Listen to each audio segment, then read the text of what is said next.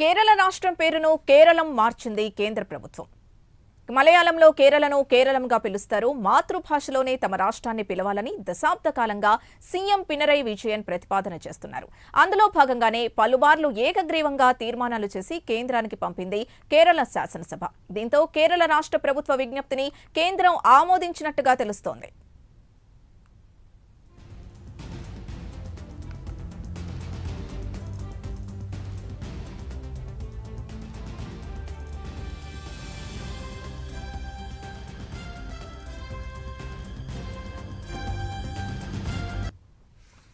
కేరళ రాష్ట్రం పేరును కేరళంగా మార్చింది కేంద్ర ప్రభుత్వం. మలయాళంలో కేరళను కేరళంగా పిలుస్తారు.